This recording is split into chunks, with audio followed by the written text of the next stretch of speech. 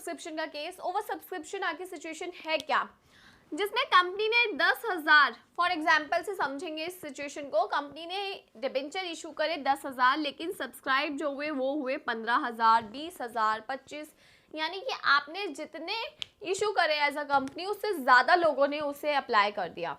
तो इस केस में कंपनी के पास 3 ऑप्शन अवेलेबल होते हैं कि कंपनी उन डिबेंचर्स को रिजेक्ट कर दे, भाई जिन्होंने एक्स्ट्रा पैसा दिया उनका रिजेक्ट कर दो। सेकेंड ऑप्शन प्रो राटा, यानी कि उनका पैसा तो रख लो लेकिन उनको डिबेंचर्स कम कर दो। जैसे कि अगर मैं इसमें कहूँ कि 10 से 15,000 हमें अप्लाई हो गए, हमने करे थे इशू 10,000, इसमें क्या करेगी कंपनी 5,000 डिबेंचर्स का पैसा कहेगी वापस लो, हम डिबेंचर्स नहीं दे सकते। Second option pro rata, company कह रही है जिसने 10 डिबेंचर के लिए अप्लाई करा है उसको 5 दे दो, जिसने 7 के लिए अप्लाई करा है उसको 3 दे दो। तो कंपनी इस केस में क्या करती है, डिबेंचर्स के जो नंबर हैं उनको कम कर देती है और जितना एक्स्ट्रा पैसा होता है उनका रखा हुआ उसको आगे एडजस्ट कर लेती है। अब इसको मैं एक एग्जांपल बताती हूँ। जैसे कि अगर मेरी एप्लीकेशन में मानती हूँ 100 रुपीज़ के डिबेंचर्स पे हम एप्लीकेशन मानते हैं 20 रुपीज़, अलॉटमेंट मानते हैं 30 की, और फर्स्ट एंड फाइनल कॉल मानते हैं हम 50 की। 20 + 30 कितना हुआ, 50 + 50 100। हमने अपना डिबेंचर माना 100 का, कंपनी ने इशू करे थे 10,000 डिबेंचर बट अप्लाई हो गए 15,000 के। अब कंपनी अगर प्रो राटा करती है तो कंपनी क्या करेगी, अगर इस बंदे ने 20 रुपये के हिसाब से 200 रुपये कंपनी को एप्लीकेशन के दिए थे तो कंपनी कहेगी हम आपको सिर्फ 5 डिबेंचर दे रहे हैं, तो 100 रुपये एडजस्ट करेगी और उसके 100 रुपये जो एडवांस है कंपनी के पास उसे आगे एडजस्ट कर लेगी अलॉटमेंट के समय पे, और अलॉटमेंट में उससे कम पैसा लेगी कि अगर उसको अलॉटमेंट 300 रुपये देनी है तो कंपनी कहेगी 100 रुपये पहले से आ रखे आप कम दो। तो दैट इज़ प्रो राटा। ठीक है, अब इसके बाद करते हैं कंबाइंड। कंबाइंड होता है रिजेक्शन प्लस प्रो राटा का कॉम्बिनेशन, जिसमें कंपनी ये कहती है कि अगर 15,000 डिबेंचर्स के लिए अप्लाई हुआ है तो कंपनी क्या करेगी, 15,000 में से कंपनी की लिमिट कितनी है, सिर्फ 10,000, तो जो एक्स्ट्रा 5,000 है उसमें से कंपनी ने सपोज करो 3,000 रिजेक्ट कर दिए, बाकी 2,000 पे प्रो राटा किया, यानी कि जिसने 4 अप्लाई किए थे उसको 2 दिए, जिसने 5 करे थे उसको 3 दिए, इस तरीके से प्रो राटा किया। लेकिन उसने अपने नंबर ऑफ डिबेंचर्स कितने तक रखे, सिर्फ 10,000 तक, जो कि उसकी मैक्सिमम लिमिट है, वो उससे ज़्यादा डिबेंचर नहीं दे सकती। राइट, तो ये प्रो राटा का केस था। अब इसको हम एक एग्जाम्पल के थ्रू जनरल एंट्री में किस तरीके से करते हैं वो चीज़ समझेंगे। अभी हमने सिर्फ इसका मतलब समझ लिया कि इन केसेस में आखिर होता क्या है, हमें मतलब तो पता हो तभी हम उसकी जनरल एंट्री कर सकते हैं ना। तो अब हमें मतलब पता चल गया। देखो रिजेक्शन जो है, रिजेक्शन में आप रिजेक्ट करते हो, पैसा वापस करते हो। ओके, अब हम सबसे पहले तो एग्जाम्पल कर रहे हैं, ठीक है। इफेक्ट जो आता है हमारी सबसे पहली एंट्री में ही आता है, एप्लीकेशन से ही स्टार्ट हो जाता है। देखो सबसे पहले हमें पैसा रिसीव करने की एंट्री होती है जो कि होती है बैंक अकाउंट डेबिट। हम सबसे पहले एप्लीकेशन का पैसा रिसीव करते हैं, कहाँ से आ रहा है, डिबेंचर्स के एप्लीकेशन अकाउंट से। तो टू डिबेंचर एप्लीकेशन अकाउंट, कितना हमारे पास पैसा जो आया वो है अप्लाई कितने नंबर ऑफ डिबेंचर्स के लिए हुआ, 15,000 इंटू 20, यानी कि 15,000 डिबेंचर्स पर लोगों ने 20 रुपये के हिसाब से पैसा दिया, तो ये हो जाएगा 3 लाख रुपीज़। ठीक है, कंपनी के पास 3 लाख रुपए आ गए। अब कंपनी क्या करेगी, इसको ट्रांसफ़र करेगी। तो डिबेंचर, यहाँ आप नरेशन लिखोगे, डिबेंचर एप्लीकेशन अकाउंट से सेकेंड एंट्री आपके डिबेंचर में पैसा जाएगा। अगर मैं इस डिबेंचर की क्लास लेके चलूँ 10%, तो आपने 2 debenture account to 10% debenture account में ट्रांसफ़र कितने करोगे, जितनी कंपनी की लिमिट है। कंपनी की लिमिट सिर्फ 10,000 डिबेंचर्स की थी, एप्लीकेशन 20, तो 2 लाख रुपए यहाँ आ जाएंगे। हमारे पास टोटल रिसीव हुए थे 3 लाख, कंपनी की लिमिट 2 लाख है, कंपनी इससे ज़्यादा नहीं दे सकती। बाकी के कितने डिबेंचर्स बचे, 5,000, 20 रुपये के हिसाब से लोगों ने पैसा दिया, यानी कि 5,000 डिबेंचर्स पे लोगों ने एक्स्ट्रा पैसा दे रखा है। भाई इतने डिबेंचर्स तो है ही नहीं हमारे पास, कंपनी उन पैसे को रिजेक्ट कर देगी टू बैंक अकाउंट। तो 5,000 मल्टीप्लाई बाय 20, 1 लाख, तो 1 लाख रुपीज़ कंपनी रिजेक्ट कर देगी। कि हमें आपका पैसा नहीं चाहिए।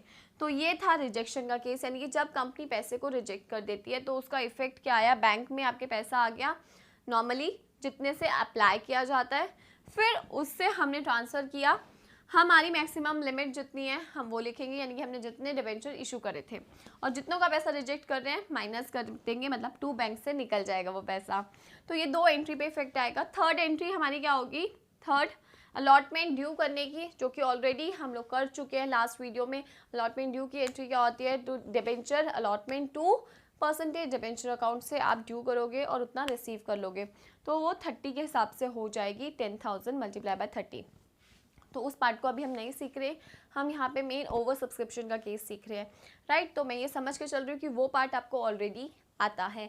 अगर आपको नहीं आता तो आप लास्ट वीडियो ज़रूर देखिए, इससे पहले वाली, जिसमें मैंने वो पार्ट क्लियर करा रखा है। अब इसके बाद हम करेंगे प्रो राटा का केस। देखो प्रो राटा में हम ये मान के चलते हैं, ये तो हमने एज्यूम कर लिया, प्रो राटा में हम ये मान के चलते हैं कि कंपनी ने 5,000 डिबेंचर्स का पैसा रखा और उसे अलॉटमेंट में एडजस्ट किया।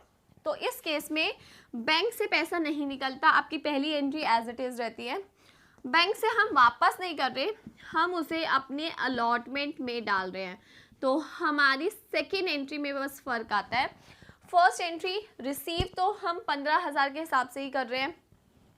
सेकेंड एंट्री ट्रांसफ़र करते वक्त डिबेंचर में मैक्सिमम लिमिट 2 लाख ही जा सकता है। अब 1 लाख रुपए एक्स्ट्रा रखा है, कंपनी क्या करेगी, उसका पैसा डाल देगी अलॉटमेंट में, यानी कि उनके शेयर्स कम कर दिए और एक्स्ट्रा पैसे को अलॉटमेंट में डाल दिया। अब इससे अलॉटमेंट में क्या फ़र्क आएगा, देखिए यहाँ पे करते हैं हम लोग थर्ड एंट्री, हम डिबेंचर अलॉटमेंट अकाउंट ड्यू करेंगे। ड्यू करने की एंट्री होती है debenture allotment to 10% debenture account. Due कितने से होगा, हमारी अलॉटमेंट थी 30 की, 10,000 इंटू 30 कितना हो गया, 3 लाख, ठीक है। अब कंपनी के पास 3 लाख आने चाहिए, जिसमें से ऑलरेडी उसके पास कितने आ रखे हैं, 1 लाख आ रखे हैं ऑलरेडी। तो अब बैंक में जो अमाउंट आएगा, बैंक अकाउंट डेबिट जब होगा, किस चीज़ के लिए, डिबेंचर अलॉटमेंट अकाउंट से, तो 3 लाख में से 1 लाख ऑलरेडी हमारे पास आ रखे हैं, तो हमारे पास आएंगे 2 लाख।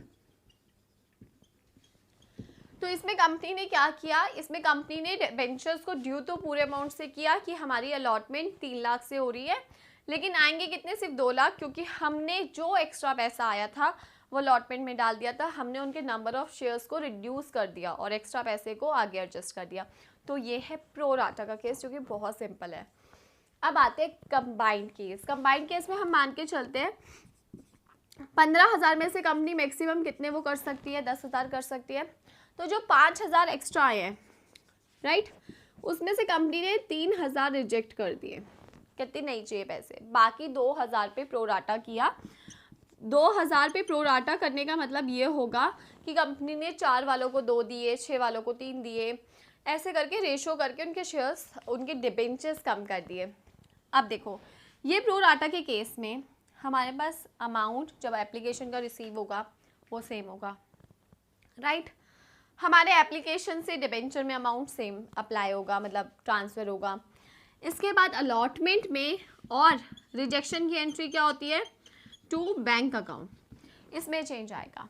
क्या चेंज आएगा, देखो हम अलॉटमेंट में कितना डाल सकते हैं, हमने प्रो राटा करा है सिर्फ 2,000 शेयर्स पे, तो 2,000 इंटू एप्लीकेशन मनी 20 की, रिजेक्शन करा है 3,000 पर, तो 3,000 इंटू 20 रुपीज़ के हिसाब से, यानी कि यहाँ पे हमें मल्टीप्लाई करना है 2,000 को 20, जो कि हमने उनका पैसा रखा,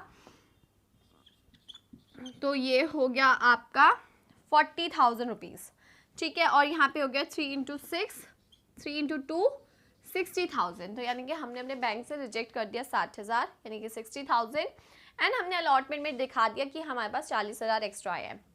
अब इस केस में अलॉटमेंट पे भी इफेक्ट आएगा, क्योंकि हमने एक्स्ट्रा पैसा रखा है। अलॉटमेंट हमारी ड्यू पूरे अमाउंट से होगी, लेकिन रिसीव कम से होगी। हमारे पास 3 लाख रुपीज़ आने चाहिए थे, जिसमें से 40,000 ऑलरेडी रिसीव हो चुके हैं, तो हमारे पास अब कितने आएंगे, 2,60,000। कैसे, 3 लाख आने चाहिए थे, 40,000 एप्लीकेशन के समय पे हमने उनका एक्स्ट्रा पैसा रख लिया, यानी कि जिसने 4 के लिए अप्लाई किया था उसको 2 दे के बोला कि 2 का एक्स्ट्रा पैसा हम तेरे अलॉटमेंट में एडजस्ट कर देंगे, तो इस केस में हमने एडजस्ट करा तो 3 लाख माइनस 40,000 2,60,000 आ गया। तो ये है कंबाइंड केस जिसमें हम रिजेक्शन भी कर रहे हैं और प्रोराटा भी कर रहे हैं। तो आई होप आप लोगों को ये पार्ट समझ आया होगा। अब हम करते हैं अंडर सब्सक्रिप्शन का केस, जो कि बहुत सिंपल है, सेम एग्जैक्टली ऐसे ही है लेकिन बहुत ज़्यादा सिंपल है। तो अब हम करते हैं अंडर सब्सक्रिप्शन का केस। अंडर सब्सक्रिप्शन जैसा कि नाम है, अंडर सब्सक्राइब हो रहे हैं हमारे पास डिबेंचर। लाइक कंपनी ने 10,000 डिबेंचर इशू करे लेकिन अप्लाई सिर्फ 9,000 के लिए हुआ, 8,000 के लिए या फिर 9,500 के लिए, यानी कि कम डिबेंचर अप्लाई हो रहे हैं, अंडर सब्सक्राइब हो रहा है, जिसे हम अंडर सब्सक्रिप्शन कहते हैं। अब इस केस में बहुत सिंपल है, कंपनी सिर्फ 9,000 को कंसिडर करके चलेगी, वो भूल जाएगी 10,000 को।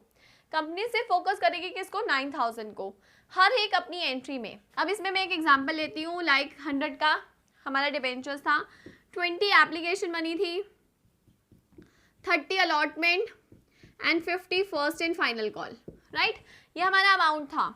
अब इसमें जब हमें सबसे पहले पैसा रिसीव होगा, यानी कि हमारी जो एप्लीकेशन की एंट्री होती है, bank account debited to debenture application account, ये जो एंट्री पास की जाती है ये अप्लाइड शेयर से की जाती है। तो अप्लाइड कितने हैं, 9,000। अब हम इसी को कंसिडर करके चलेंगे, हमें 10,000 को कंसिडर नहीं करना। तो 9,000 इंटू 20 कितना हो गया, 1,80,000, यानी कि कंपनी के पास जो अमाउंट आया वो आया 1,80,000 रुपीज़। अब कंपनी जब ट्रांसफ़र करेगी डिबेंचर एप्लीकेशन अकाउंट से टू 10% डिबेंचर अकाउंट, हम इसमें 10% मान लेते हैं, ठीक है रेट, तो कितना करेगी, जितना उसके पास आया। तो उसकी जो कैपिटल बन रही है इस केस में, यानी कि डिबेंचर का जो अमाउंट बन रहा है वो कितना बन रहा है, 1,80,000, यानी कि जो उसके पास पैसा आ रहा है वो 1,80,000 है, तो उसका जो डिबेंचर बन रहा है वो भी 1,80,000 बन रहा है। अब आप जब अलॉटमेंट ड्यू करोगे तो वो भी सेम एग्जैक्टली 9,000 को कंसिडर करके चलोगे, and first and final call भी 9,000 को कंसिडर करके चलोगे। तो ये सिंपल अंडर सब्सक्रिप्शन का केस है, सारी एंट्री पार वाले केस जैसी होगी, बस 10,000 को भूल के 9,000, यानी कि जितने शेयर सब्सक्राइब हुए हैं उसको फोकस करके चलना है। तो ये था अंडर सब्सक्रिप्शन का केस। आई होप आप लोगों को समझ आया होगा, over subscription plus under subscription. अगर आपको समझ आया है और ये वीडियो पसंद आई है तो लाइक शेयर एंड कमेंट ज़रूर करें, चैनल को सब्सक्राइब करें और बेल आइकन को प्रेस करें।